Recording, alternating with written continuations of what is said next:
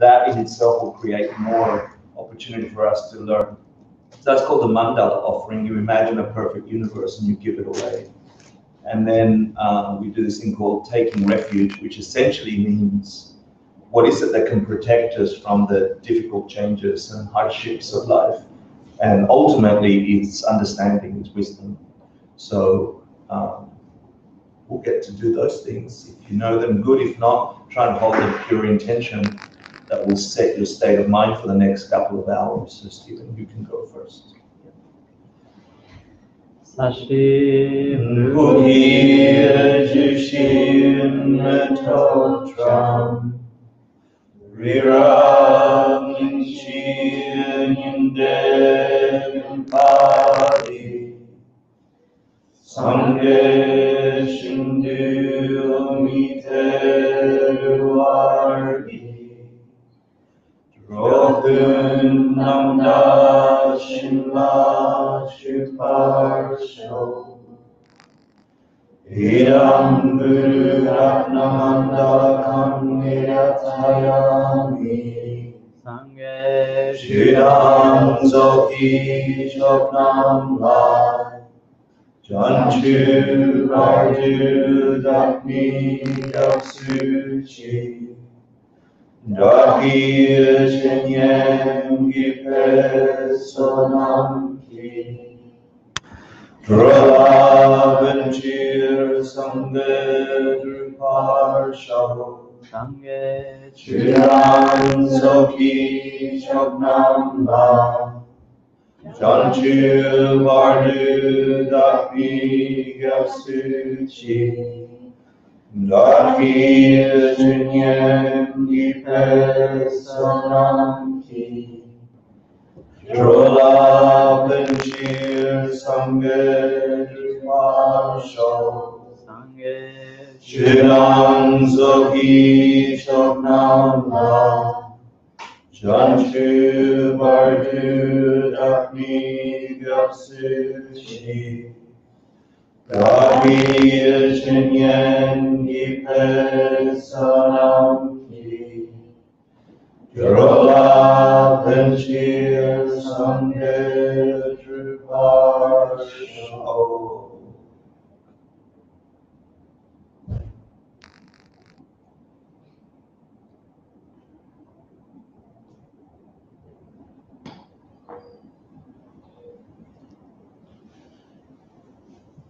So if you're new-ish, or if you've been around too long to remember your motivation, and this is just a normal thing, wake up!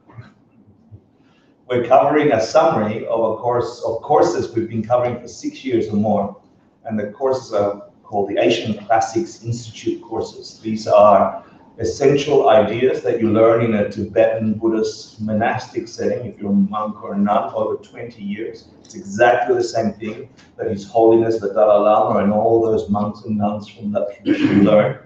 But they learn it in detail, day after day, for 20 years, memorizing it, debating it, and the rest. And we've had the fortune of getting that entire 20-year course translated in the 90s, right here at the Three Jewels, and condensed into a 6-year program, 18 distinct courses. We've done the first 15, which are all courses on perception, on karma, on compassion, on cosmology, on all sorts of things that should alter the way you live your life. And now we're reviewing these courses, and the review that we're doing in this course covers wisdom, the idea of wisdom, covers the idea of making promises, internal promises, and how that transforms your mind. And then we enter this realm from this book called the Abhidharma Kosha, which is like the foundation school of Buddhist thought, the most fundamental of all Buddhist schools, from which all others are built upon. And this is a text we're covering tonight and last week. And it describes the creation of the universe, the beginning of the universe, not like we in the West think about it, but in reverse, how beings generate experience and how these universes are created by our actions. And so we're up to a stage in that book that covers, tonight we'll cover the different realms of existence. What kind of beings could there be in a place like this, based upon the Buddha's teachings? So we covered some last week, we'll cover some this week. But my main point tonight is to cover the whole purpose of practicing Buddhist thought. It's not to be Buddhist. I don't think Buddha would give a rat's if you're Buddhist or not. Really, he wouldn't. The idea is to reach, Buddha means to wake up, to awaken from a state where you think you're living in reality, but you're not. Yeah, and this is the kind of realm tonight we'll propose we're stuck in. We're stuck in a realm that believes this is it. The way you see the world, the way you experience the world is it. And that's a load of crap. That's not true. It's a hypnosis that we're under, and we think this is it. And in that little hypnosis, we'll use up our entire human life, and then it's over. And so the big question is, what happens after it's over? Is there anything you can do between now and that moment? And tonight we'll cover that. My main point tonight will be clarifying the idea of death meditation in Buddhist thought. That will be my main point. Before we go there, I want you all to go back to last class in small groups, review the kind of ideas that we've covered to get your minds all geared up for tonight's class, and then we'll talk about death and the realms. But before I go there, can someone please tell me, put up your hands if you are not going to die? Yeah, thanks. So this is, no, you aren't. This is a course for you, except you. Yeah. So please, I'm going to ask you to huddle up into 5 little corners where people that have been studying these things for a little while get the opportunity to share with you last week's course, just to get our minds together. So in this corner, we're going to have Sarah. So come hang out with Sarah. In that corner over there, we're going to have Rachel. In the corner, we're going to have Stephen. Yeah. And in this corner, we're going to have Supriya. Yeah. Supriya, you're good. Yeah. So find the kind of people you dislike the most and go and hang out with them, because that's part of your practice. I'm going to have everyone. You're going to have everyone, I know. So Sarah, go and recruit some people, because you can't have 2 people. Everyone likes Sarah. Everyone likes Sarah. Supriya, happy birthday. Rachel and Stephen. Thank you. And meanwhile, I get to play with the...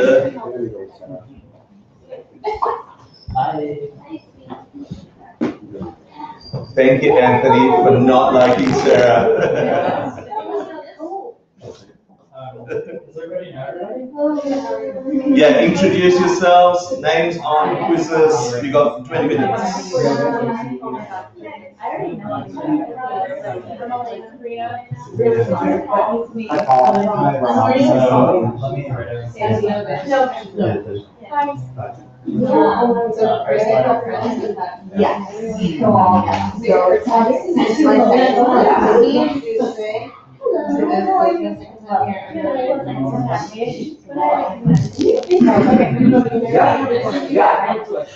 Okay. So, I'm going to read the first question and then write down my question. Do you have the name of the principal text and the name of Not necessarily.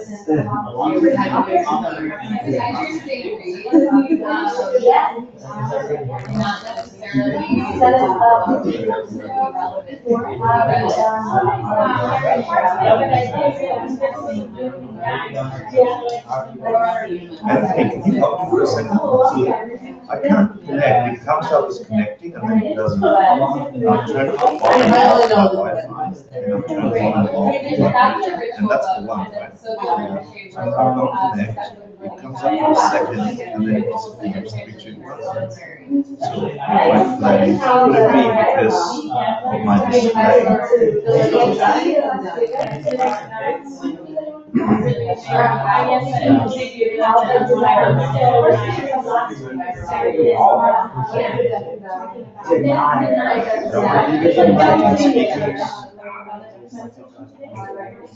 Like you think you know, but like I think about it.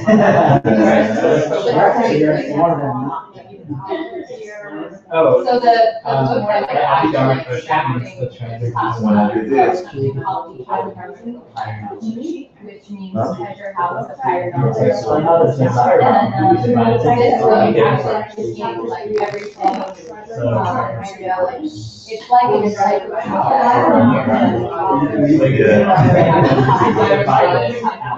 The other thing is I can restart my computer. Why do they just keep going on that share about? I'm guessing unless someone else is talking.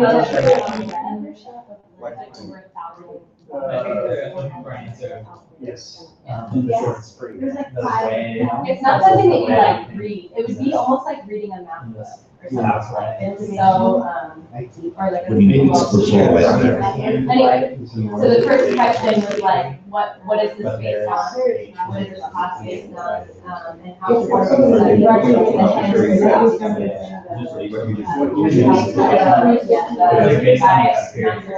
We share that we're all human beings, right? So I looked at. Oh, okay. I knew it was Saudi Arabia. Either way. Yeah.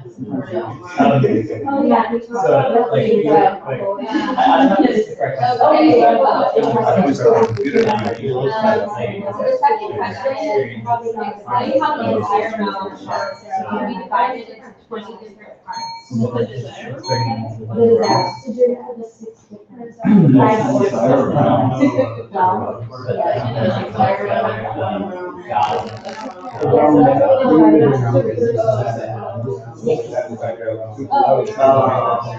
I didn't know. Some sharing progressing somewhere around the mouth. And to the point where she never shut that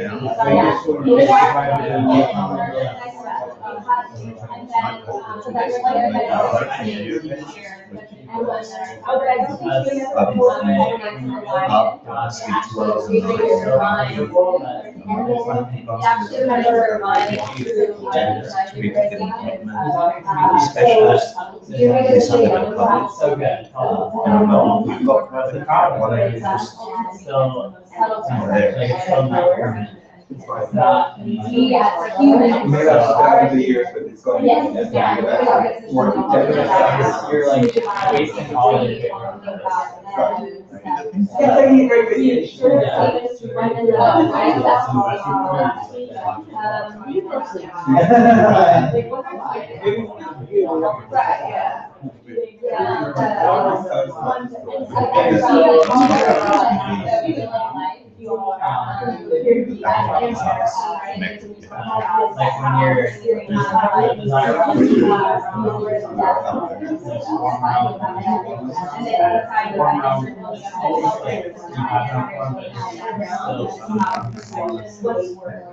and then you have this, you have five divisions. Human, animal, pre-tactile, data.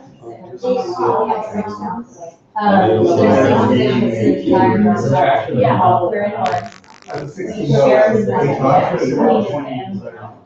So we talked about some people are able to sit in and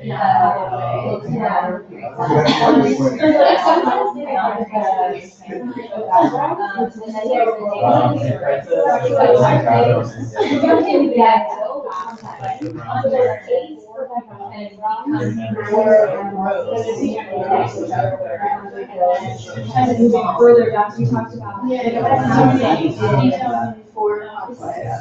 One animal realm. So, Can drive. if you could accept that consciousness has become this kind of like gross, different sort of thing in animals. Like, what is an animal's consciousness like, right? Yeah. And then what's it's almost what's those things where you multiply, right? But after 3. Yeah, exponential and exponential. Like the way animals teach, and then the way human If you can make that, then logic, what it will be even higher. And then you would be in what they would call the AMP, like data line. So, Like, you have two types of with, so it's like you'll see a power model there, and then that's like, I gave you the answer, but I'm interested. I'm observing everyone. It's part of my game. No, it's just so we get it right. It's just so we really understand it rather than The hungry ghosts are. Oh yeah, you can go there. I'm just saying, if we're allowed to go there. Then you can go, right, then you can like even, like we're kind of like lower, more basic, more. Where you have really crazy figures. So the idea is like, you can, yeah, you can make that like, oh, let's say it's actually exists. You can also say, you can also say like, oh, it's crazy here, and like, probably be something, so it I know that you used to. yeah.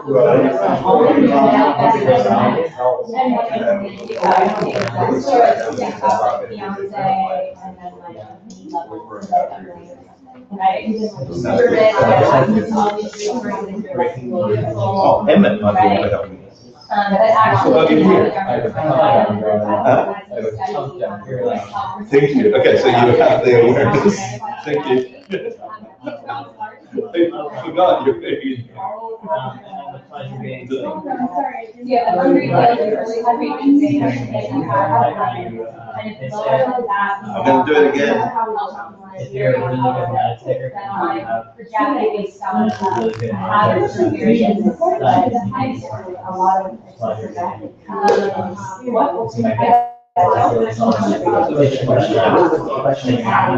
I'm connected. And Yeah, got it's just that disconnected. there's additional Connection successful.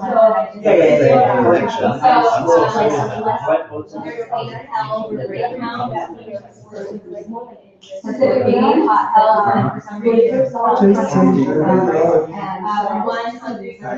moment of death. My process.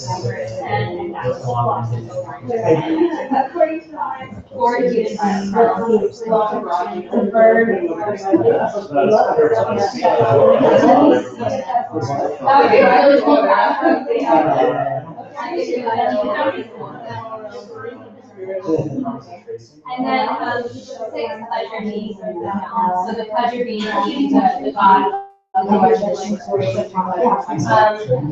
Aroused devices pops up. it's not that they exist in a different it's just what the mind is projecting. So I would be a pleasure being, and you wouldn't know how I see it. Because you would just whatever you're Can you describe briefly this kind of? Dun, dun, the way that dun. is how you decide before and after. So, like, the way to do it of seeing yourself and those around you is just a manifestation. The karmic seed that you planted, karmic seed is just a fancy word for habit of mind. Like, that's almost like your mind. Yeah, you have certain behaviors. Tell me when. And then we have certain like non-verbal that sustain this common ground, which is so. And in the previous time, I don't know about this, but promises.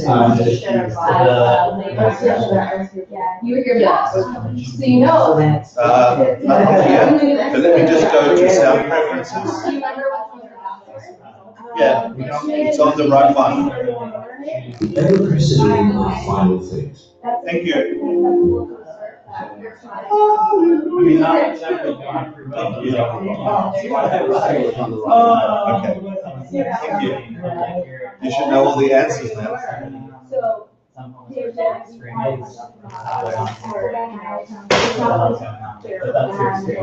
The same way.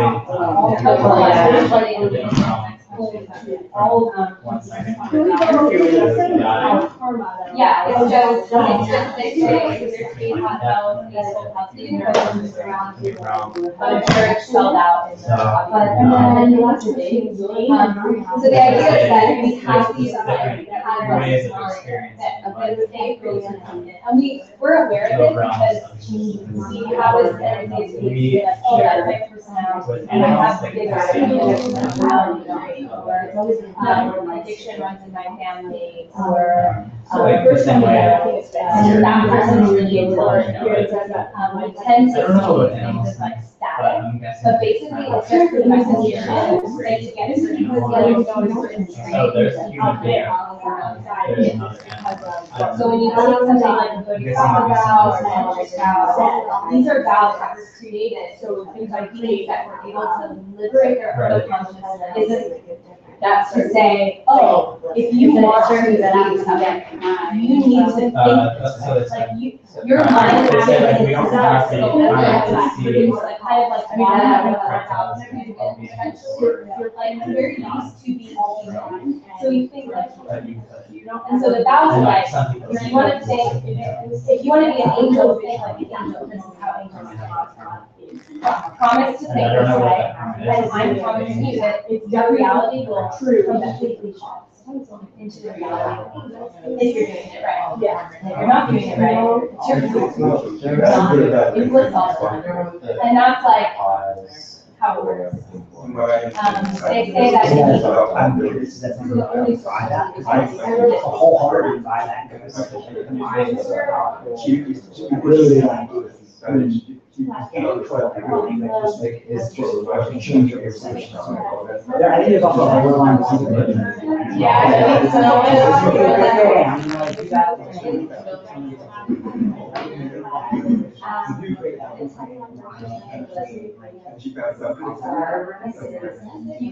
How are you doing in there? How many questions do you have left? I don't need to Six sufferings. That's the last question. from one day to the Really, you can hear me. I wasn't listening. Good. Thanks so much.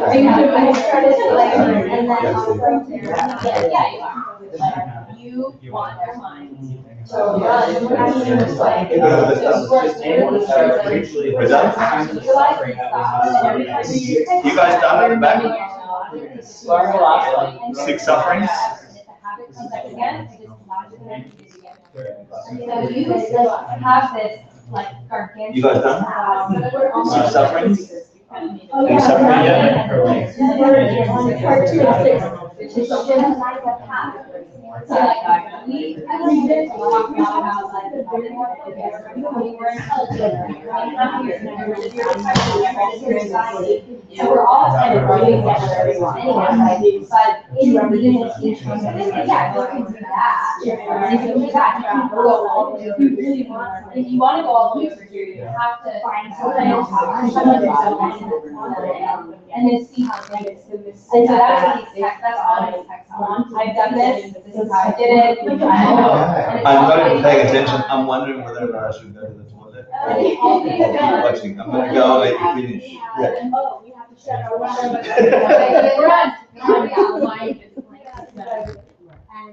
And our mind is how do we get that? We know that because everyone has a different perspective. Some people could be enjoying this class, some people could be thinking about things like the other example is an example, like he has a red pencil to a dog.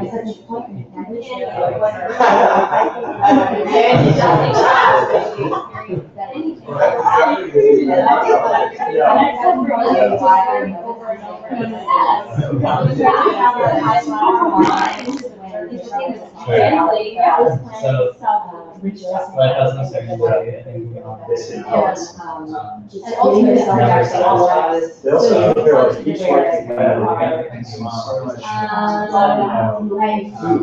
so they say like you, if you want to become a center, All the oceans of milk. develop a habit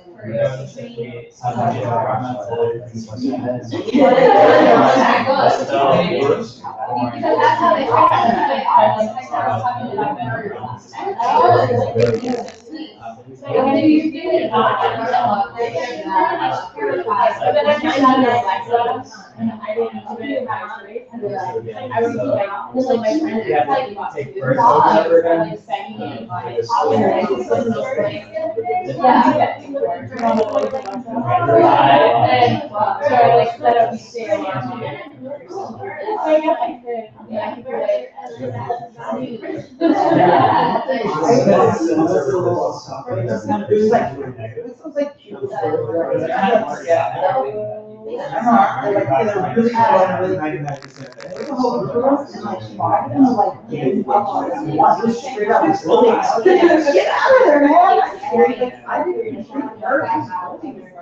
Apparently, I just like, it's only on top of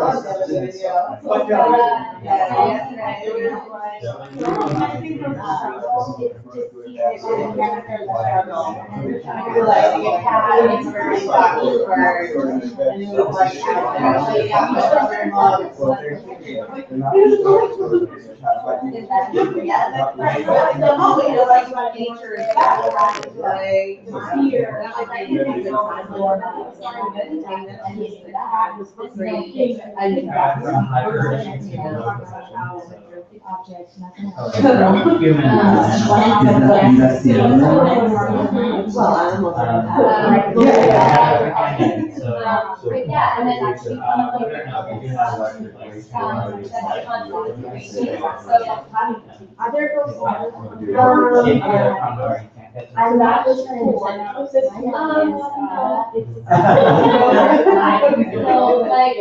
That idea with the spirit is what I like. You might have a vision or something, but like the spirit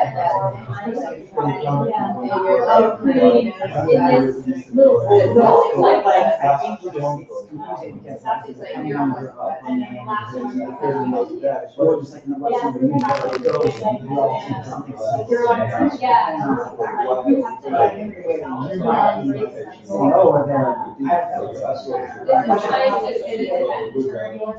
Exactly. So that's also like, I was talking about like looking God was consciousness there, and like it doesn't immediately. In the It gives the information. Yeah. It doesn't immediately. Right. A large amount of fat.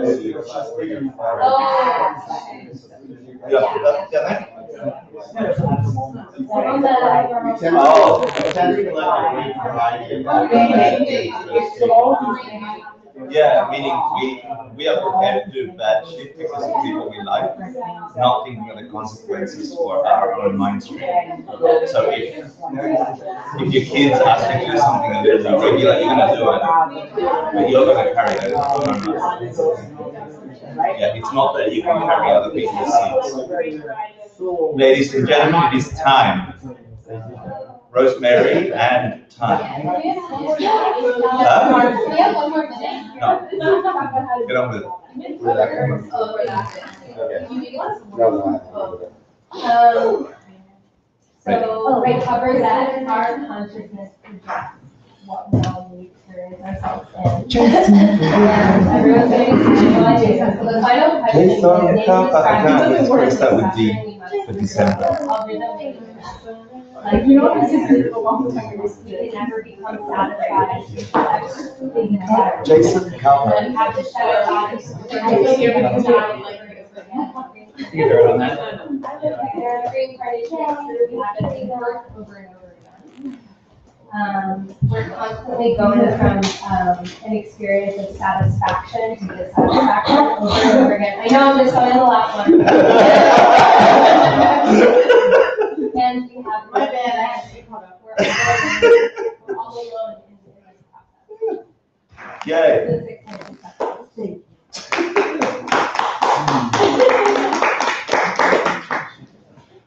Look, it's really good you get to do this stuff together, to reiterate, and you don't just hear it from me, you hear it from each other, and you hear yourself trying to understand or explain this perspective.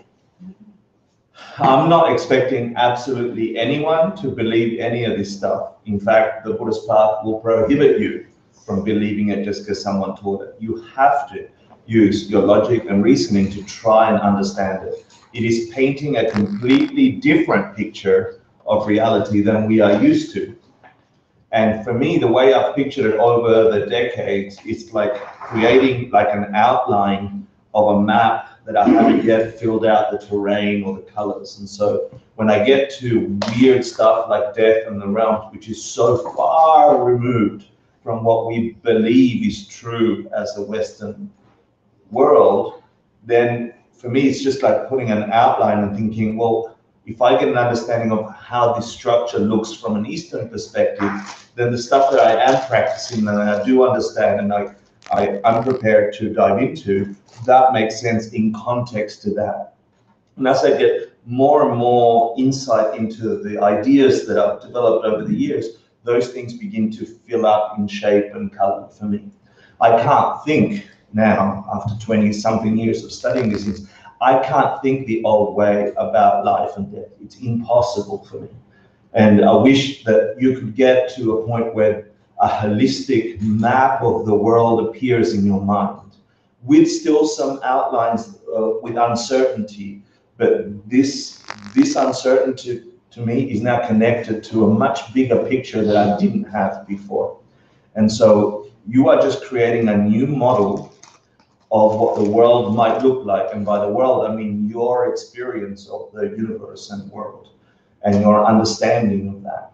And whether you learn something at school, whether we perpetuate it through our scientific study, whether we are told stories from church or our own religious belief, or the Buddhist path, these are all models that you create in your mind to try and understand what really is going on. Yeah. And the point of this study is for you to reach that space for yourself. Because when you do, you'll be able to see how to work it. Buddhists understand that you are creating a fabricated model of what is. That's a given in Buddhist thought. You're never in it. You're always in a model that functions for you. In fact, the tools of Buddhist thought are to help you create a model that functions for you without pain, without suffering, without the breaking part of this realm, since it's all fabrication that is real anyway. So you have to get to that perspective. I like this class because it challenges us, and the course on death in the realm is difficult for Westerners to understand because we have our own bullshit biases. And you have your own, you believe whatever the hell you believe. But in fact, we don't know. And to create models that lets us understand logically if this, then that, and then if that, then this, that gives us a kind of certainty around how to act in this world to make the inevitable meaningful. So who hasn't heard the pen thing? Put up your hand, the pen thing, if you know what I'm talking about, the pen. Great, you get to explain it now. There is a foundation that we have to understand for this to make sense. Yeah, and tonight's class in particular, it is super important. And it's the idea of emptiness, such a big word in Buddhist thought, but not a big idea. You can get it in a millisecond, but then you'll forget it. Like you're like, no, I've had it, but I don't. And I had it, I don't. Emptiness, not a big deal. Yeah, emptiness just means the way you're experiencing the world isn't the world. That's all it means. Yeah, the way you're experiencing the world isn't the world, but you think it is. The world is empty of being what you think it is. That's all. But it is. It's not that it's not. Because as soon as you become an educated Buddhist, you say, oh, things are empty, therefore there is no world. You hear that, right? There is no self. There is no world. There is no knife. There is no stabbing you with a knife. Right? Bullshit, bullshit, bullshit. The fact that you are experiencing something and the fact that it's empty of having that nature doesn't mean it doesn't exist. Yeah, that's one extreme. Because things are empty doesn't mean they don't exist. Because they are projections doesn't mean they don't exist. In fact, they only exist because they are projections. So the pen thing is this thing we do to prove that this object we call pen, functioning as pen, looking as pen, feeling as pen, isn't in fact pen by itself from some kind of nature over there. Yeah, if it was, when we gave it to a puppy dog, it must think pen like we think pen. If this was the cause of pen, if penness came from this object, yeah, even roundness, even hardness, all of it we attribute to this object as if it had that nature, because that's our experience of it. But we think it comes from the object. We all got that so far? Not hard, right? It isn't hard. If it was this, if it was radiating penness, roundness, blackness, every single thing must be forced to perceive it that way. In fact, it would never change if it was that. The fact that it's not that means it's empty of being that from its own side. Is it not a pen though? Is it a pen? Yeah. What makes it a pen? Something in it? No. And that's the whole study on dependent origination. There's lots of blah, blah, blah. It means there is a pen, but it's dependent on my forced projection. I cannot not see it as a pen. A dog cannot not see it as a chew toy. For a dog, it is a chew toy. It's never a pen. Yeah, it's a thing I have to salivate and chew and do. It forces me to do that, and the dog thinks it's in the object. We think it's in the object. Who's right? We're both right, that it's not in the object. The object is empty. Why the hell am I talking about that? Based on that foundation, everything is like that. If you understand that, you will understand all the pieces of Buddhist thought. You'll understand why meditate. You'll understand why be kind. You'll understand why be compassionate. You'll understand when to be pretend angry. You will understand why never have anger for real. Yeah? You will understand what the hell karma means. Those things that force you to perceive something that way. Without that foundation, it's all disparate. Oh, Buddhists have to pretend they don't give a shit. That's not true. They give a shit. They're supposed to give a real shit, like a real one. Yeah, you think the Buddha is sitting there in bliss going, I have awoken from this troubled world and I don't give a shit. You know, it can't be that. Yeah? That sounds amazing. And I don't give a shit. No, because if you were able to free yourself, if you're able to free yourself from whatever causes suffering, your next thing must be, but what about her? And what about him? If they are like me, I want them free too. Because if it's possible, what about my mom, my sister, my brother? Okay, everybody except that asshole that I really dislike. No, at some point you go, if that person also got rid of the thing that's causing them problem, imagine all the problems that go away if that asshole didn't have the problems. So you'd want it for them too. So as an enlightened being, as a being that woke up, I'm not trying to get you to think of a statue Buddha, okay? That's not what we're here to talk about. We're talking about there is something in you right now that can flip into an enlightened being. That's what the game is. It's not like, oh, I'm going to become a wooden statue of a person, don't give a shit. No. Yeah, but we tend to think that. Yeah. So the whole conversation, this whole pen thing, if you get this, that's the idea of wisdom. Emptiness means wisdom. The wisdom that understands that there is nothing in its nature that's forcing me to be that way. Why the hell are we using a stupid pen for an answer? For an example, it's the same for this, it's the same for this, it's the same for this. There is nothing you can put your mind on that your mind isn't forcing an experience of. There is nothing that you can put your mind on that isn't empty of having the nature your mind is putting on it. Nothing, not even you as an identity, not even you as a being, not even the view of this world has a nature from its own side. Prove it. You bring 20 dogs in here and this place for the dogs is very different than for you. which is the space, whichever the mind is forced to experience. It's in you. You are projectors of your reality. And if that's true, every shitty thing that's happened to you, you could have stopped it if you knew what caused it. But because we don't know what causes it, we keep grabbing at things out there and pushing things out there away, which are creating imprints in our mind, which are forcing our projections of things I don't like and things I like, and things that break. And that's the whole game. So if you understand that, if you understand the pen, and you have to return to it, because we all got it, right? It's not brain surgery. If this was Rose from its own side, I'd get a 1-year-old baby and I'd go, and it would say Rose, because it's forcing Rose. Yeah, I'd do it for a dog, for a flea, for an elephant. The fact that it's not Rose for everybody, that it's food for bees, that it's allergies for Emmett, you know, it proves that it doesn't have any of those natures in it. It's so simple, we miss it. It's so obvious, we miss it. We're living in a dream that believes this has nature. And your brain should be going, oh yeah, I understand that, but it doesn't work that way. Yeah, it doesn't work that way. We are locked in some kind of corner of the universe, some realm. We're locked in some broken view that believes things have some nature, that believes things have some quality. Why? Because when I feel it, then I act towards it that way. Yeah, and that makes it go away. Sometimes, sometimes not. Sometimes, sometimes not.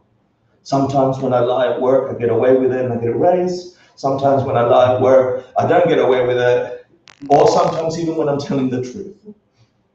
There is no way of telling in the way we are experiencing the world to know how to make it function. So we make it function 80% of the time and we're happy with it. And then that 20% when it doesn't, we're really pissed. We're like, but I told the truth. Why did I get fired? I told the truth. Why did I get fired? Because the truth isn't what got you fired. Something else got you fired. Something else is being projected. And it's not in the object, it's not in the truth. If you understand that, then none of the bad stuff that happens to you or anyone else needs to happen.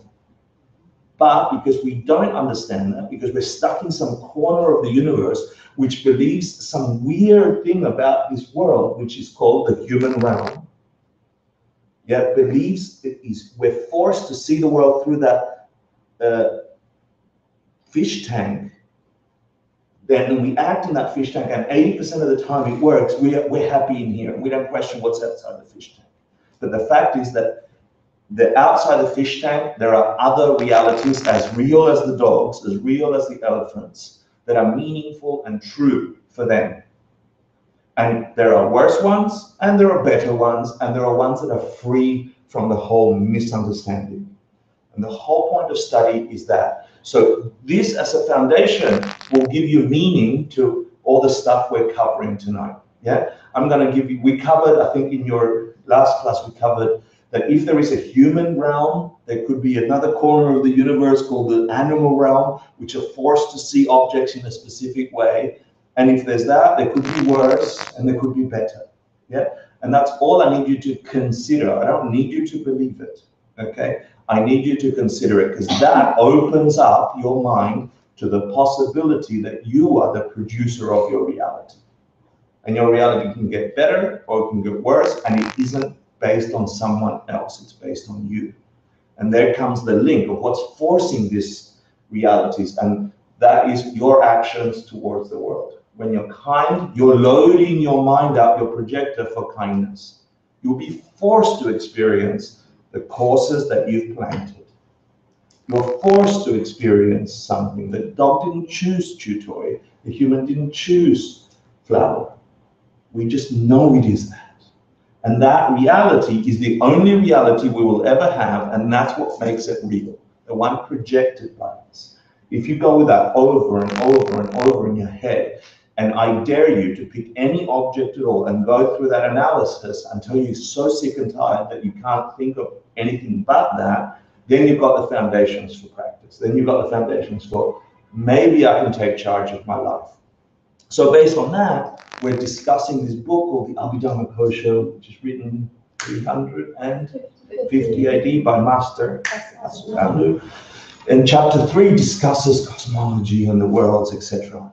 Right now, I'm going to give you just brain dump, a bunch of ideas, take your pictures, not up for discussion. I just want to get to the death meditation. Yeah?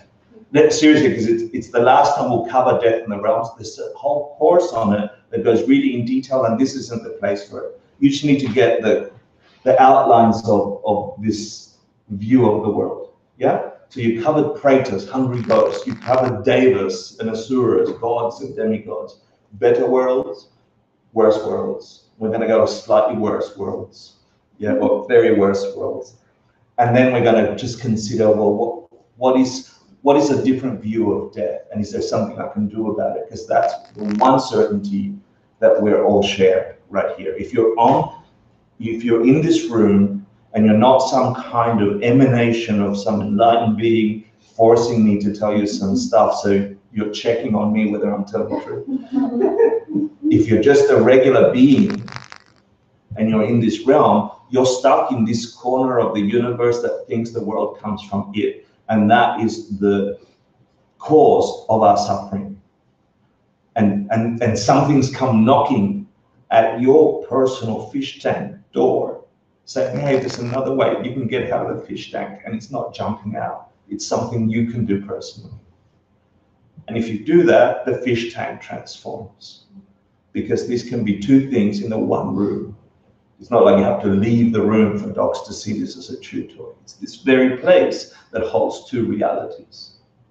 And so if you change something in you, this thing will change. And that's the only job we have. So there's this idea of sustenance. That what is it that sustains this thing in the realm that we're in, the corner of the universe that we're in the desire realm and the form and formless realm, which we covered, right? What is it that sustains life? And so the Buddha gave, and it's outlined in the Abhidharmakosha, four types of sustenance. One they call portion sustenance, which is subtle and gross, and this is what we would call food. So gross is like solid matter that we make into poo. Yeah, I have a second poo reference tonight. That sustains us in some way, and the reason they're subtle and gross, for those of you that are interested or have done this course before, the subtle is like, what's a bardo being? What do they eat? Smells. So that's a subtle thing, doesn't cause poo. Yeah, it just smells. So they eat smells, and they say that humans in the first eon, in the eon of creation, they survive on nectar, so they can just pick up stuff and eat, and they don't cause poo. So they're called subtle forms of sustenance, and then gross source of portion substance, stuff you can grab.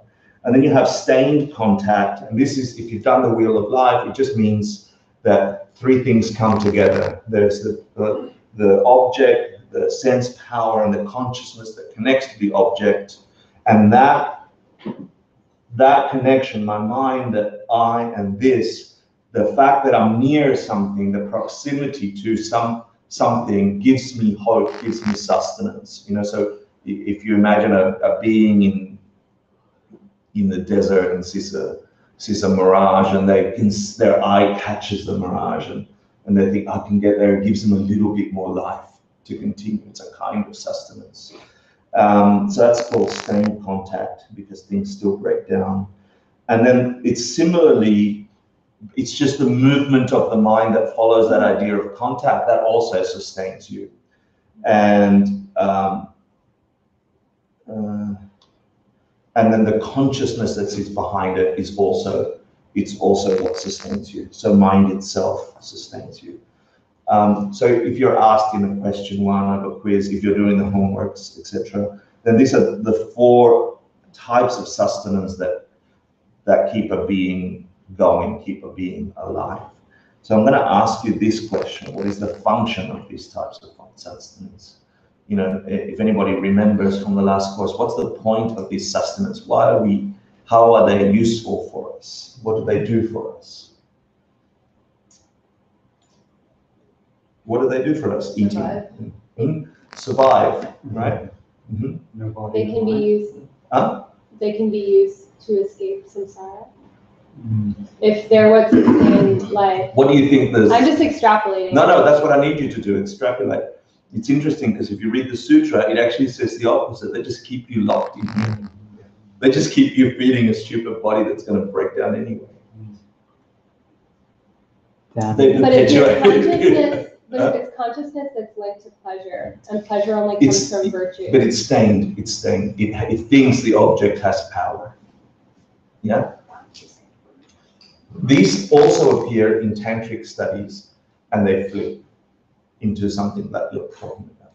Stained is thinking that the object has power. Stained has ignorance. Stained has a misunderstanding of what that this has the sustenance. I thought the thing itself is Yeah. the fact that there's still ignorance in the mind. Yeah, still ignorance in your mind. Cool. So that's the first two questions, so you can get an idea of where this part of the book is going, right? It's going, hey, there are beings, they populate all sorts of corners of the universe with this stupid view that keeps them locked in. And they keep themselves alive in those corners. Yeah, the first three, the first one is just for the desire realm, and the other three are for the other realms, the form and formless realms. The desire realm has all four, if you care. And then, who was it that I talked to last time about Dante's Inferno? Who was it? All of us. All of us. Someone said, was it? Oh yeah, Nick Damaris. Nick Damaris. Okay, cool. Weirdo.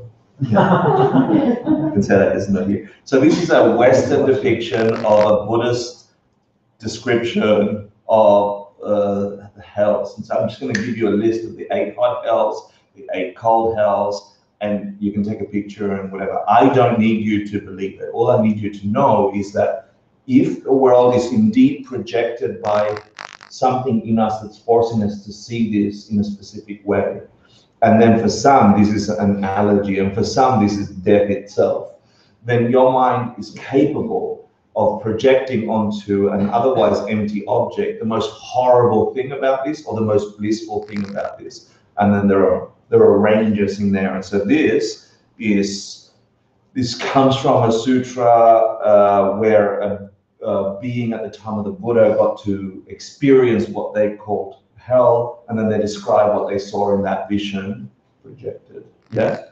That's in the Vinayas. Yeah. And the interesting, the correlation between Dante's Inferno is because Dante's Inferno is one part of a 3-part poem, right? It's Inferno, Purgatory, and Heavenly or something, Paradisimo or something. Yeah. And so he goes on a journey, and they describe very similar experiences of these realms. So in Buddhist thought, there are 8 cold hells, 8 hot hells. There are adjacent hells, and there are personal hells, which are more subtle. What's the flattest state in the United States? Like flattest? Is it Kansas? Oh, no. Like I'm from Argentina. I was born in Argentina, so I think of the Pampas, which is I've ridden for days on a train, and you just see horizon to horizon flat. It's probably somewhere in like the Great Plains. Hmm? Like where is that? Kansas? Is it Kansas? Where you drive forever? So one, yeah, like that. One visual I can give you. Kansas is hell. No. One visual I can give you in some of the descriptions, just to give you a visual, is that imagine that flatness, horizon to horizon without end, being a solid hot iron floor with millions upon millions of naked beings that just appear there instantaneously, and the ground begins to get hotter and hotter, so much so that it melts your hands and feet. So they are crawling and running away from the heat, but they can't. They climb on each other. I mean, there's description upon description upon description of this, and there isn't a death like there is a death here. There's like a loss of consciousness and then an appearance of consciousness over and over and over, and time slows down. So this is one of the descriptions of hell. And there are levels upon levels and levels. There are 8 odd. Feel free to take a picture. I've tried to put in there the name. No respite is one of them. Revive again is another one. Black line is one where you get these beings projected from your karma, drawing lines upon your body, and then they decide they use all sorts of weird blades to chop you up in there along those lines, and you revive again. The rest is hard, extremely hard, etc. All of them up here, yeah, yeah. So then they got 8 cold ones where your body blisters, they burst open from the cold. They call that in the lotus, red lotus or blue lotus. Moaning, hot moaning, the screams are horrific. It's a disgusting description of these things. And they are stacked one on top of each other, and if you get to the edge of the horizon because you've run far enough, you get through a door and you enter adjacent hells, which are exactly the same, and you can't ever get out, which is horrible. And then there are these things called partial hells or personal hells, where it's specific karmas that you might share with people, and then you find yourself in a torturous kind of experience shared with just a few of you. It could be like I think the description is like, it could be like an explosion in the middle of nowhere where you and just a few find yourselves just blown up, etc. So overlaid on that, I don't need you to remember them unless you're doing the homework. It's interesting to read them because you can do a kind of correlation of what would cause that kind of suffering. If karma is true, if the actions I do in my world create an imprint in my mind, that imprint multiplies and multiplies and multiplies and multiplies. Over enough time, you could have a whole realm experience of some of those karmas. And if your intentions, your actions were bad enough, it could be that way. Yeah, or if they were good enough, the opposite is also true.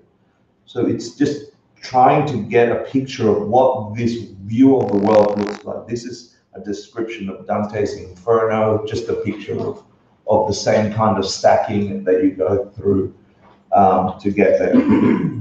That's from the book? That's from Dante's book, yeah. Yeah, it's very similar.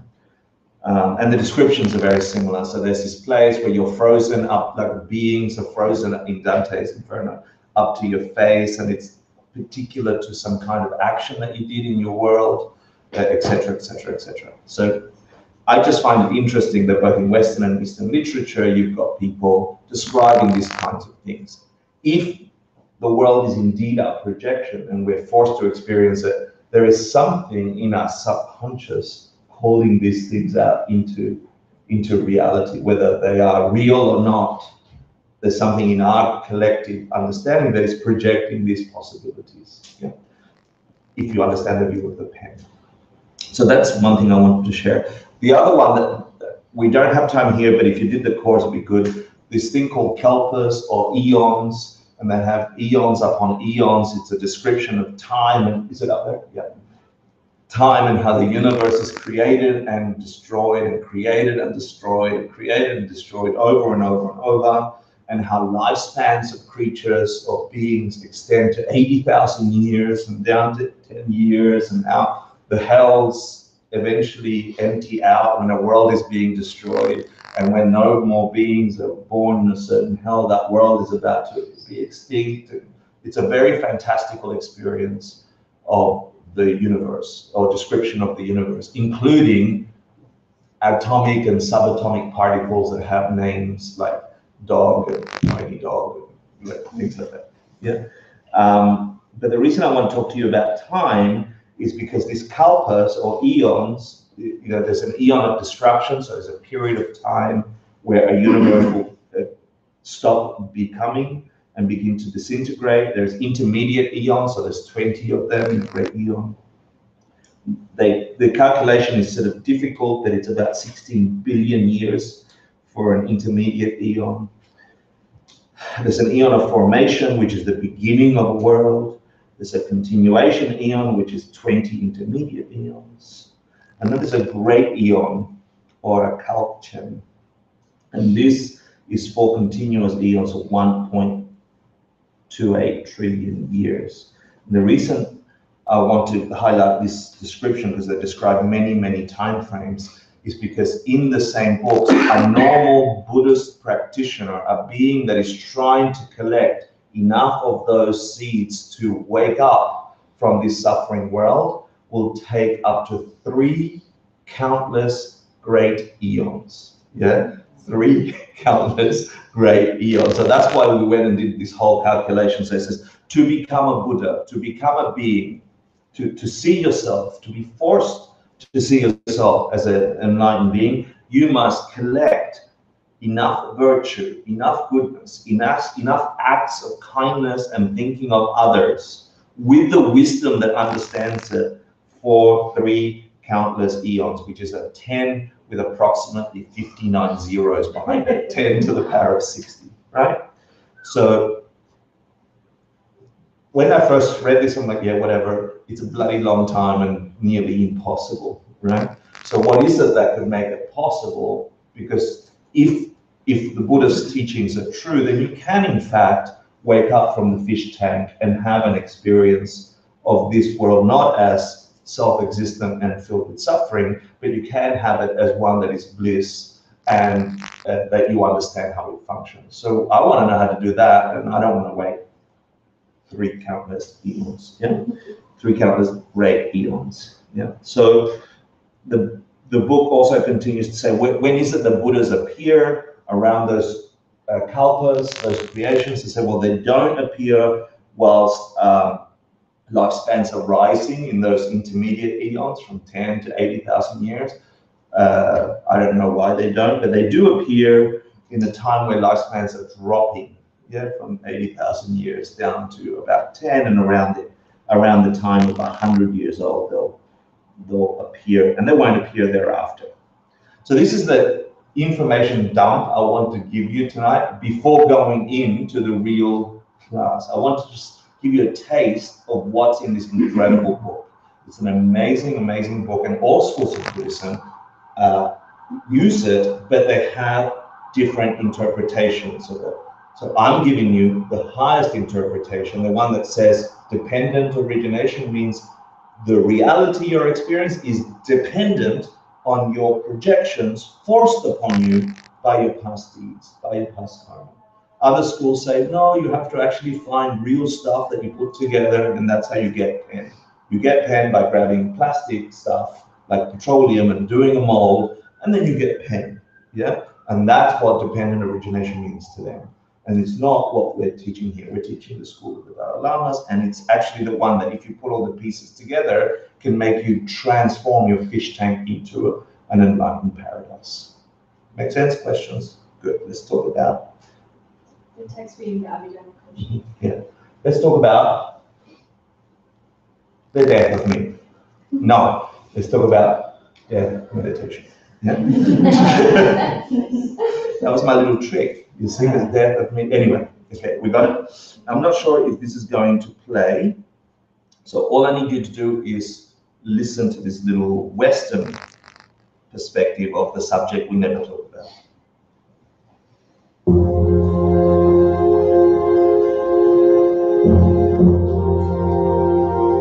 It's laggy, isn't it? We go about our daily lives, hardly ever considering our final fate.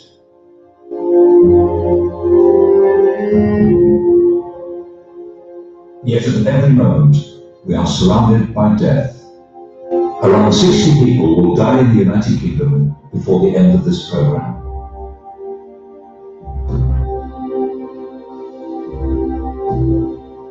We seldom witness death. Often, our only experience is from films and television, which can present it as a violent and painful event.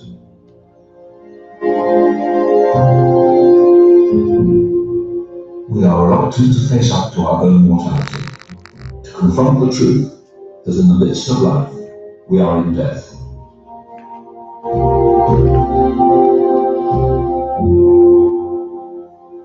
In this final part of the story of the human body, we take a difficult journey to see what happens when this massive biological activity ceases to be.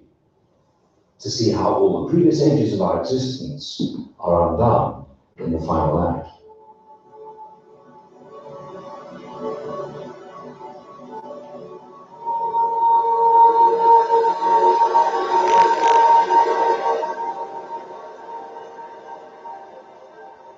processes of death in the human body are remarkable. This is what it would look like if you could see the human body cool down over 24 hours. Death comes not as a single quick event, but a slow winding down. It is difficult to say when every cell in the body ceases to have life. Long before we stop breathing, our brain may die, our personality lost forever. But the biology of death can seem cold and distant from the human story.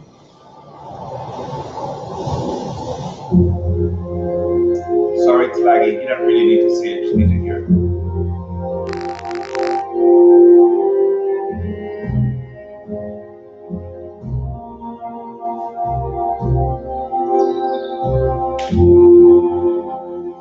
Who's seen this before? I want to die at home because it is not nice to die in a hospital. There's nothing there. You're only a number there. No, at home you can die in peace. Herbie and his wife Hannah-Laura fell in love with Ireland and decided to move here from Germany in 1981. We started filming Herbie a year after he learned he had a fatal cancer. I was driving in the car to Logray, and on the way to Logray I collapsed. I'm pain. The stomach here in this area. I was in holy smoke, I was sweating, I had such a pain, I was in that time. Then we called the ambulance. They took me to the hospital in Galway. The surgeon told Hannah-Laura it's very bad, he said the sides, the tumor at the sides from 2 soccer balls, it's very big. And Hannah-Laura asked him, what do you think, how long Herbie have to live? And he said to Hannah-Laura, said, how long, a half year or a year? He said, oh my God, never. Couple of months in speech. But it's hard to get it in your head. It's like when you first hear the news, it's like a shock. And you can't really think about it. You think only, oh God, what's now? What do you have to do? And only a couple of months and all the ideas, it's terrible. It's now October. As the tumour expands in Herbie's stomach region, it threatens vital organs. The doctors are amazed that his body has been able to cope for this long. A couple of months ago, we created this small garden here, and I get from a good friend from Switzerland a couple of roses planted here, because when I'm dying, I get cremated, and Hannah-Laura put these ashes afterwards around these roses, what you see here. This is my greatest wish and my will, where I want to be buried forever. And my spirit is around the land and the house.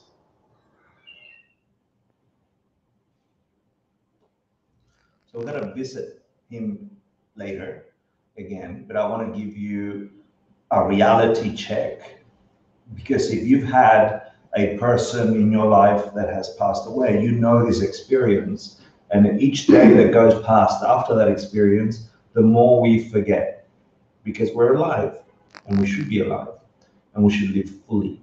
Yeah. So I want to give you, first of all, the real death meditation and the purpose and the point of it. Then I want to give you what people think is death meditation and the purpose and the thought. And then I'll give you the list that we find in the book. But it's not to accumulate more information, because this reality you will face. Don't think you won't. Unfortunately, you will.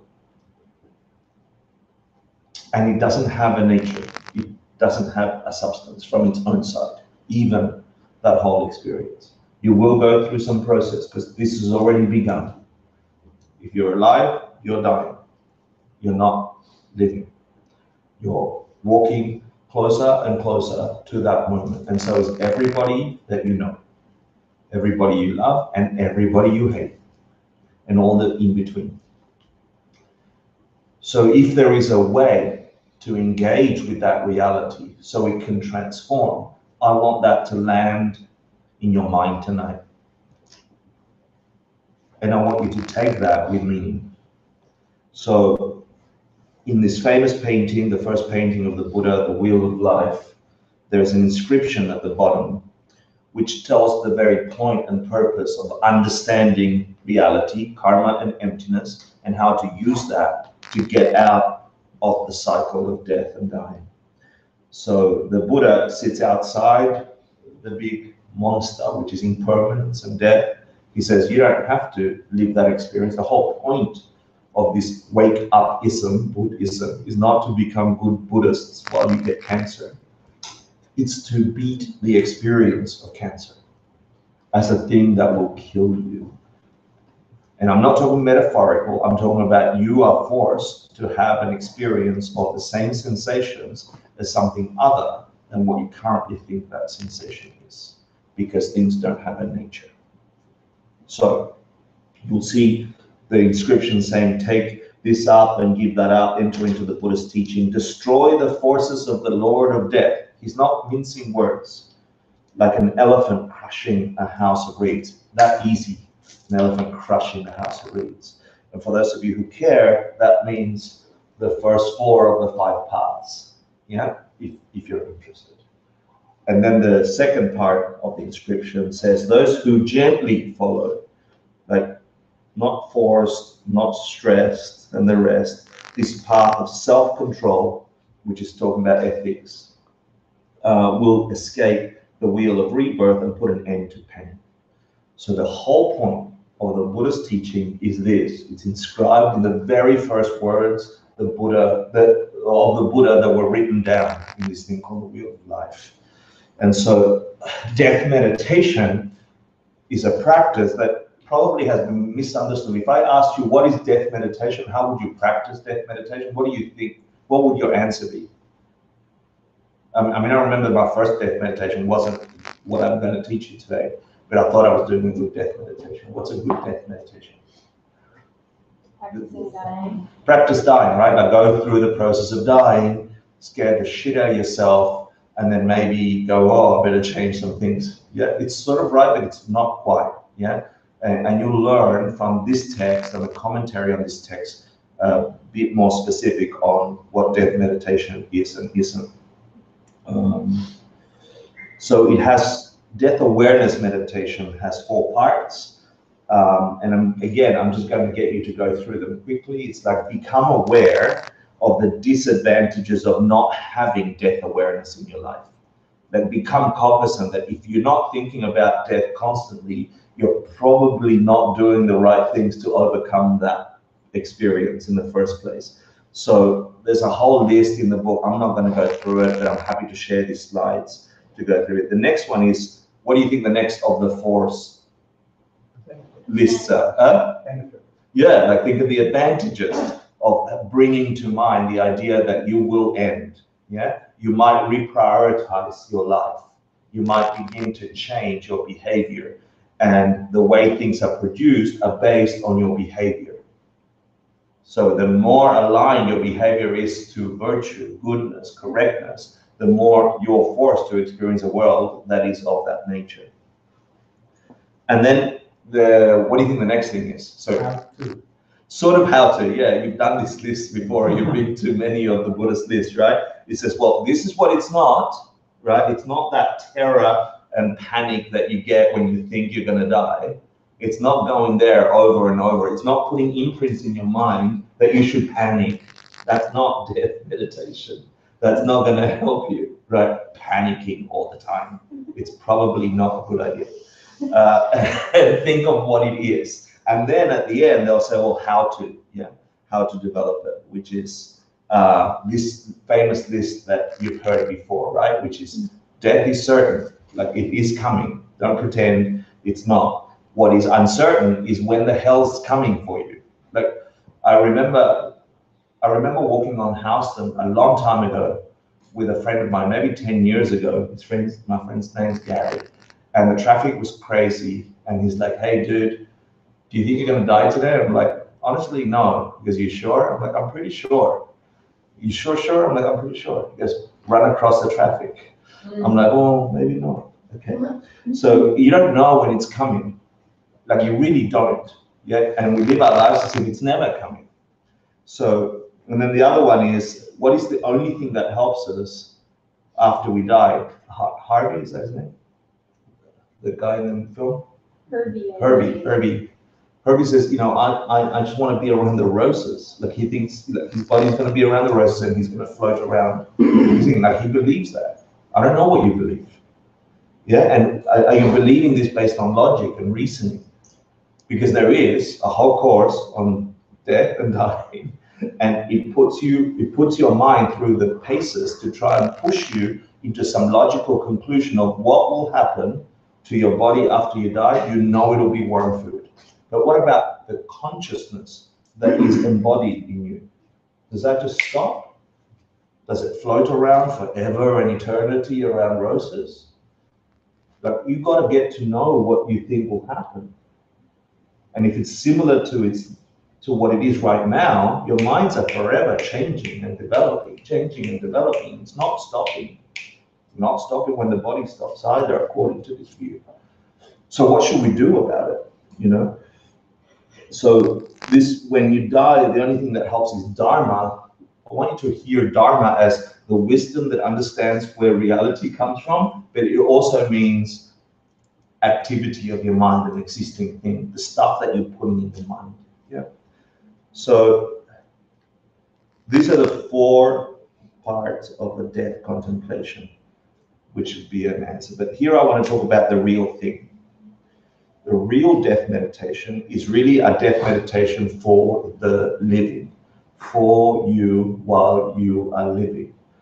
The bottom line, if you're going to walk out of here with anything, is that have this death awareness so present that you are going to die tonight, that your behavior is aligned to that fact. You know, and that will force you over time to begin to behave in accord to what you understand the world to be. It might begin with worldly things. You might say, screw it, I'm going to write poetry tonight. You know, I've got this drive and this passion. Each of you have come into this world with some powerful talent, something that is uniquely yours, something that is absolutely stunning and beautiful. And some of you are wasting it because you're doing some shitty job, 9 to 5 at a computer, 50 weeks a year, so they can give you 2 weeks off. You trade 50 for 2 of your human life. I'm not saying don't work, because you need to work. But if you think about it, it's bizarre that we bought into an idea that says, I'm going to breathe in and out for 50 weeks, so I can have 2 weeks of de-stressing on a beach just so I can stress for another 50. Yeah? Like, it's a crazy idea, and yet we're all living in it, because if we don't, we have to go scrounging for food. And we don't want to do that. So we feel stuck in this reality. I'm putting that out there. If you were dying tomorrow, are you going to do that job with the same passion or with the same view? You might, if you love it. Or would you would you write that poem? Or would you make a few phone calls? Or would you make amends? Would you clear your conscience? If you're dying tomorrow, for real. So the real death meditation for the living is living in that reality, in this life, hour to hour. There are all these other things, like this power and secret practices and magic lights that you go through a specific process of death. And sorry, but that can be nice, esoteric, Buddhist, blah, blah. But it ain't going to help you, really, in the moment of death, unless you've got such a powerful mind that helps you. Like, who meditates here on a daily basis? Be honest, on a daily basis. I can't say that. Right? On a weekly basis, but okay? And who controls that mind perfectly for an hour? Right? And all your conditions are good, right? You get food, you get a cushion, you get a home. Now imagine your body being torn apart with death. You thinking that all the stuff you fed and combed this body for 50 weeks a year, so you could be 2 weeks on the beach if you can afford it, yeah? All of that effort, all of that work is just being undone because you don't get to keep the body. And you're like, oh shit. And your mind is completely distressed and you've got no control of it. And your mind, and people are crying around you and you're like, well, it's actually happening. Imagining that kind of stress in your mind. Now meditate on what you choose, right? If you can't meditate for an hour with great conditions, what kind of power, magical power, is your mind going to have at that time? Maybe for some practitioners, maybe from some really powerful meditators, they can do these colored light practices, power and blah, blah, blah. Seriously, I'm saying, yeah? And it'd be a nice thing to do, but my recommendation would be like, you're dying tomorrow, get some things straightened out today. You do that tomorrow and the day after and the day after and the day after. With a background awareness that you should keep your job and you should do the stuff that you're committed to, but a background awareness, your priority shifts. Yeah, and really what you're putting into your consciousness, what you're putting into your mind is the thing you carry with you for real. What would you do then? You know, would you be so unconsciously living your life, in your relationships, in your food intake, in the way you walk around the planet, in the way you treat yourself, if you knew everything was going to have consequences for real, and those consequences are about to come up now? So I would say start with worldly pursuits, write your poems, yeah? And eventually, what do you think would happen? You did that for 2-3 months. Like really imagine you for 2-3 months, you're like living that way. You began to tap into your passion. What do you think would happen? You get bored. Yeah, you realize they're not going to make you happy anyway, right? Sorry. But at least you're closer. You feel more authentic. You feel more aligned. That gives you a kind of power, yeah? You're genuine. Okay, so then you eventually realize they don't really work, make you happy either. You still do them because there's something about them that comes easily. And then maybe you start focusing on some intense activities, some intense karmas that you would, that will actually help your mind when you pass away. And I've just put a list over there of things that I think are essential. And understanding that as a foundation is essential. It's essential to understand the fabric of the reality we're forced to experience in our fish tank. It isn't a fish tank. We're forced to see fish tank in this corner of the universe, but the universe is not that way.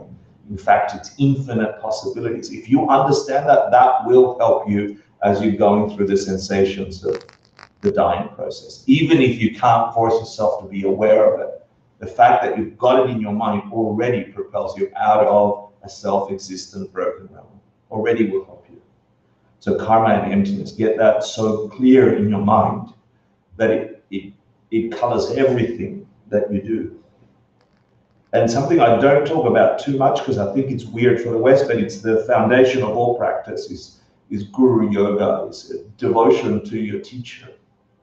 Not because your teacher is something special from their own side, but because the very fact that you have a being in your world that is telling you stuff, that is electrifying your reality and saying, my goodness, the possibility of awakening is real, and it's come from the lips of that being for you. You want to keep that shit going, even if you don't like them. Because it's your only connection to enlightened beings. It's your only, for whatever reason, that's what you're forced to project. 2 or 3 words from a specific being wake you the F up. So even if you don't like them, you keep devoted mentally and really to them. So they keep coming back. Do the mandala offerings, offering them secretly everything you have. Or openly, up to you where you're at. But the essence of keeping this possibility alive is connecting to your teachers, the beings. And the more you have, the more you will the more you will serve them and the more you will get, if this is true. But you've got to be founded on karma and emptiness. There is no other way to wake the F up if nobody came and knocked on your door and said, hey, wake up. It's possible for you. Look, it's easy. It's called a pen. That also doesn't have a nature. It's not in them. It's something in you, forcing you to experience that as a possibility. You want to keep that shit going because it's your only connection to wisdom. So how do you keep that going? Well, offer, dedicate everything to them. Serve them. Teach everybody anything that is wisdom for you, teach them. Give it away. Give it away. And then there's a fast path. This is the secret teachings. It's Tantra. It's not secret because we don't want you in the club. It's secret because it needs a strong foundation and you need to fabricate magic out of this stuff. And when you get a hint that there's magic here, Tantra begins to open up for you. The real practice of Tantra, not all the bullshit secret stuff that people think it is. But the fact that you begin to see beings as no longer ordinary beings, even if it's for a second. And there are messages coded in the newspaper of the guy next to you on the subway, or ads in, on Instagram, secretly telling you to wake up. When you begin to have those kind of experiences, then it's time to ramp the shit up. You don't have time. So Tantra is the fast path. You can't do it without these foundation ideas, without having drawn the map. And then Namdak, it's having a divine view of the world where you understand, because of karma and emptiness, that things don't have a nature, that maybe you can begin to generate the possibility that everyone is secretly a teacher for you and create that kind of world. If the world is an illusion and you're under hypnosis, choose your own bloody hypnosis. Okay? Fabricate your own hypnosis that is good for you rather than one that you're being dragged down like a dead fish in the river. So I'm saying minimize all the stuff that is a waste of time. Go through your apartment, throw more than half the shit out. Just get rid of it. You don't need it. Stephen, one of the dressers got to go. You don't need that many t-shirts. Stephen loves getting rid of clothes because he can fill it up again with But seriously, if you're going on a really, really long journey, you're not going to load up your backpack with shit you don't need. Yeah? And it's the same for this. You're on this journey, you don't know when it's finished. Why the hell are you carrying all this stuff? On your deathbed, imagine thinking, what do I do with all that shit? And just taking care of this body for so long, how many times have you washed its hair? How much time did you spend looking just for the right deodorant? How much time did you make sure that the clothes fit right, or the bed was soft, or the blah, blah, blah? You're letting it go. All that energy is gone. If you could still do that stuff, but with a different mindset. It will change the outcome. Because what you take is the intention with which you did stuff. You could still go to your bullshit, boring job and do your bullshit, boring typing, but with a different intention, and it will change the outcome. So what I'm saying is minimize the stuff that is wasting your time. Really, die tomorrow, you'd minimize the stuff. You'd get rid of the stuff you don't need. And then you'd look desperately, if you understood that your karma is driving your reality, you'd go and build intense karma. You go and say, anybody that's ever taught you anything, you'd send them something. You dedicate everything to them. You take care of others with all the wisdom that you have. And you do it today and tomorrow and tomorrow and tomorrow, because you don't know when it's coming. And gradually, this death meditation for the living will change your reality.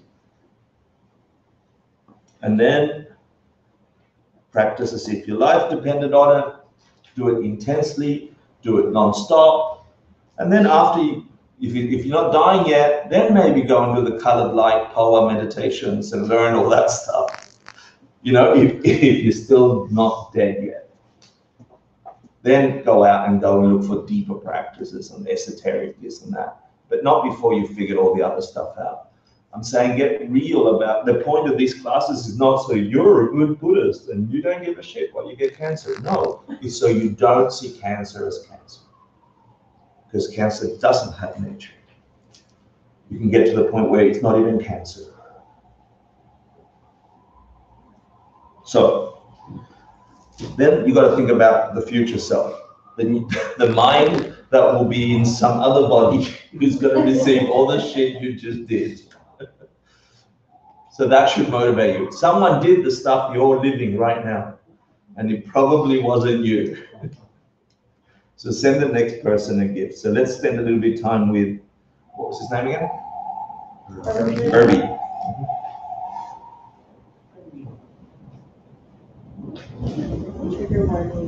On a Tuesday morning, Herbie called me around 5 o'clock, and then he said to me, he was very heavy breathing and he was feeling very uncomfortable. And then he said to me, Hannelore, I think I die today.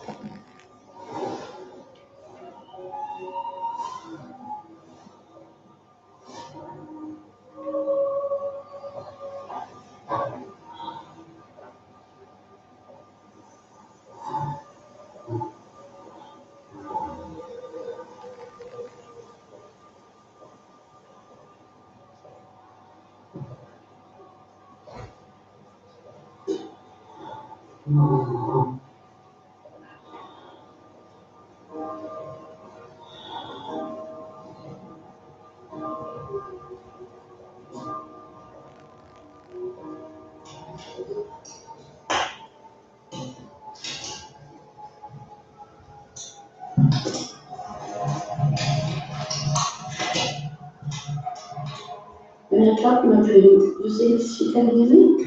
Yeah, hearing is the last thing to go. Yeah. And even when they cannot speak, Yeah. that's why it's so important never to say anything that you wouldn't say if they were in their full senses, because they can.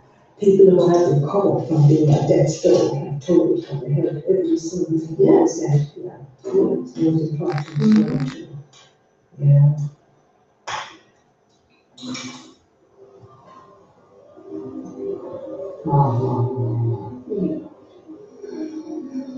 Alles klar? Wasser? Alles klar? Ja? Ja. Genau. So machen wir es.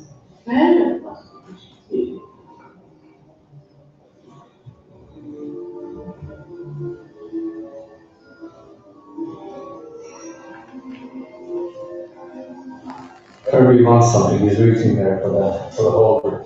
In the final hours, Herbie receives visits from friends. Brendan and his young daughter Orla come to see him for the last time. Just put those into Herbie's hand. And hold his hand. Because he's looking warm. And if I was older, I think I'd be looking warm too. Herbie has to be blank as well, I suppose. But he can hear you when you speak to him. He's been preparing for this for a long time. Singing the song from the header, we go in order to the mountains. Why not? Yeah, please. You know the chorus. Where you go, Lassie go. Okay.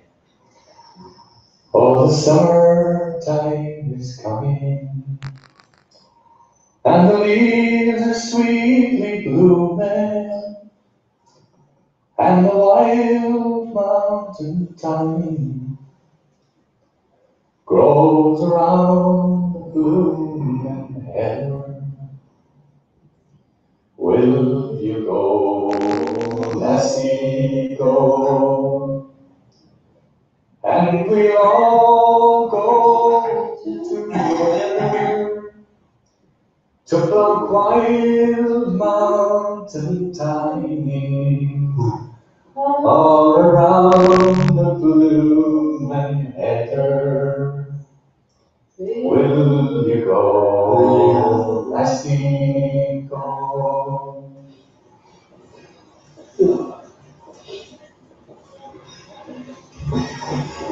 I know I'll be the same. I'm not going to be prepared now.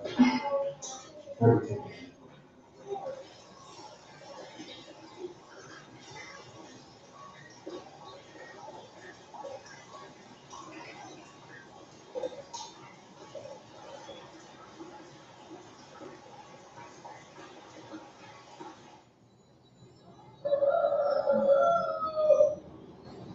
Hello, Dr. Murphy, it's Peggy, the nurse at the hospice. I'm with therapy at the moment. I just arrived. It's very, very rocky at the moment. I'm sitting Finally, Herbie's breathing becomes increasingly noisy. This is a very common condition. It doesn't trouble Herbie and is easily helped by medication. I don't think he has pain. No, it's not pain. It's only this swelling and this shaking. It just came. Just started today. No, just before I came in. Before you came in. He was shaking like this. Yeah. This morning. But I think it just, just like that.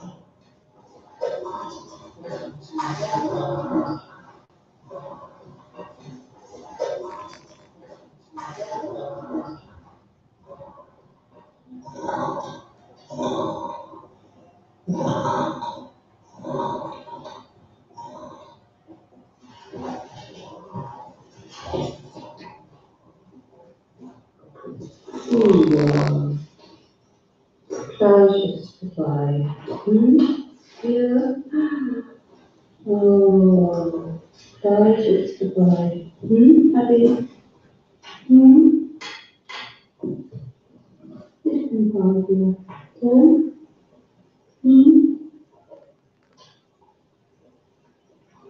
Just goodbye. Just goodbye.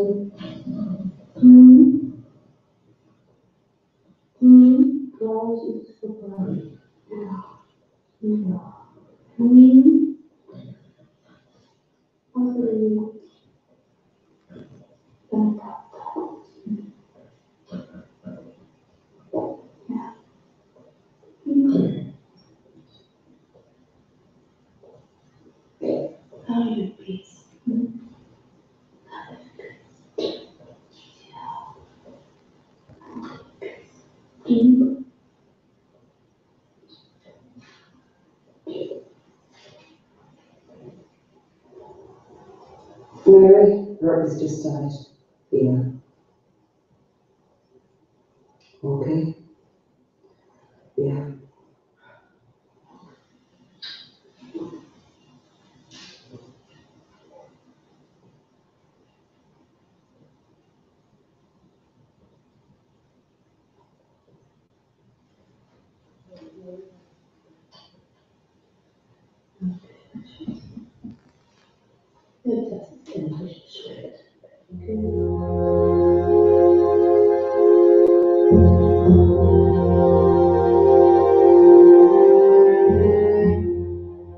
We find it hard to contemplate our own deaths, to imagine that one day we will no longer live in this world. But there is a way in which our bodies continue after we die. The cells in our bodies are made up of atoms which have existed since the start of the universe. They're constantly being exchanged and recycled. So what today are our bodies were once parts of plants, animals, trees, indeed other humans. And in the future, well, this journey that each of us takes from birth to death is just one tiny step in a much bigger journey, part of an endless repeating cycle from life to death.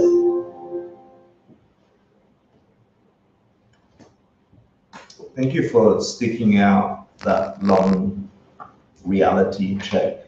I was fortunate enough to do that with my dad and hold his hand in his last time on the planet. And if you're lucky, you're going to get to do that with beings you love, or someone gets to do it with you. What I find unsatisfactory about this explanation is like, yeah, your body continues, but it doesn't answer the real question. And the Buddhist view gives you a deeper understanding. Just like your body continues, the thing you are right now continues in some way. The imprints in your mind that force you to think you're this thing also continues. And there are countless worlds where that can continue. And it's dependent on what you put in that mind. That to me is logical and meaningful, and the only point of studying, working, living, being, because you can be as joyful and as powerful and as loving as you'd like your next experience to be. And the big difference between what I previously understood to be death and dying and living, which was somehow that you're going to have to experience some kind of torture or pain, or then eventually you're going to be in some kind of paradisical or forever kind of world, good or bad. The explanation that really hooked me in Buddhist thought is that as you progress in the Buddhist path of awakening, your personal path to enlightenment, is that each step of the way gets more and more blissful. The path and the result become the positive, instead of you're going to have to go through some terrible, and then somehow from terrible comes good. I don't think that's the case. Yeah, the case in Buddhist thought is that the more you practice the kindnesses and the goodnesses you want to load in your projector, which will force your reality, the more happy, the more fulfilled, the more powerful that you experience both being and the result, nirvana, enlightenment, and the rest. And in fact, that's the tantric path. The tantric path is the path to bliss through bliss. Yeah. So I've got one more slide which breaks down the three principles of a death meditation. Number one, that it's certain. Number two, that the time is uncertain. Number three, that the only thing that will help you, the only thing you take with you, is not all the paychecks, it's not all the drawers full of t-shirts, it's not any of the stuff that you physically worked on, although they help you. I'm not saying don't use them, but it's the stuff you've put in your mind, the recorded stuff you watch yourself do in relation to others. It's the kindnesses that will deliver you an experience that is equal to that. And so the last slide tells you, based on those three, you have three resolutions. People say you come to three conclusions. That since you know you must die, you resolve to begin a kind of inner practice that can alter your mind. And because you know you will die at any time, you do it quickly. You begin to practice tonight, right now, in this moment. If you felt some kind of pain right now, because you saw that death process, the first thing you want to do is wish that doesn't happen to others and want to take it away. You can practice right now because you don't know when it's coming. And the same with, if nothing else helps, then practice only those things, those dharmas, that are going to give you a positive result. And they include knowledge, kindness, love, taking care of other people's health, etc., etc., etc. And hence the point of study. So it's a hard and difficult class, but it's the very point of all the other Asian Institute courses and classes. The whole point is to understand this is coming. It's not some story. You will forget it tomorrow unless you decide to remember, I could die today. And so how would I shift my mind? There's no time to practice. What does that mean? It means when you're dying at the moment. No, I mean just in everyday life. You got to pay your rent. You got to wash your clothes. Your body's going to stink if you don't wash it. You got so many things to do in this world that there's no. You can't just disappear into the caves and go practice, because there's so many demands on the human body and the society we live in. There's just no time for you to really devote. If this was totally true, we would all stop doing all the bullshit stuff and get to practice. Really deep meditations, really old, powerful karmas, really powerful imprints, powerful actions in the world that will transform the way we see ourselves and others. But we got no time. You got to pay rent. You got to live in an apartment. You got to live in New York. You got to have a relationship with your family. You got to blah, blah, blah. And all that time, and then you got to sleep. Right? So that's what that means. It means that even if you want to practice, there's hardly any time to do it. So my hope for you after today is, if this touched any kind of moment inside of you, please, whatever you need to do, don't let it disappear. Don't let it go away. Let it wake you up, and let it wake you up with a motivation that if you wake up, you can wake others up in the process. That you can be an example for others to say, look, there is a way to have a meaningful life with this powerful stuff that I've come into this world. Whatever your talent is, whatever your goodness, use that as a beginning. Write your poem, yeah. Draw your picture. Do whatever it is that you have to do to add value, add beautiful, powerful experiences in others' lives, because that shit ain't going away. That's going to create your reality.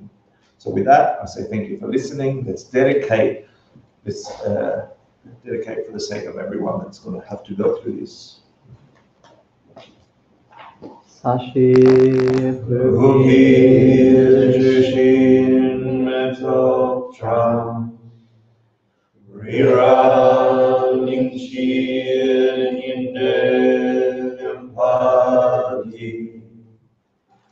Sanghe Shindu Mite Varhi Drogun Nanda Shimla Chiparsho Idam Guru Ratnamandalakam Niryathayami Dilgavokun Sunam Yashe Sotsoshin Sunam Yashe Vejunwe Dhamma Kumi Topasho.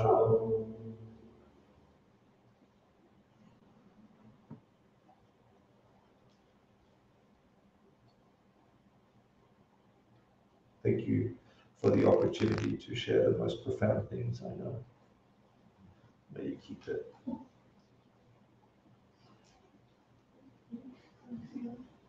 Thank you. Yeah. We're in it together.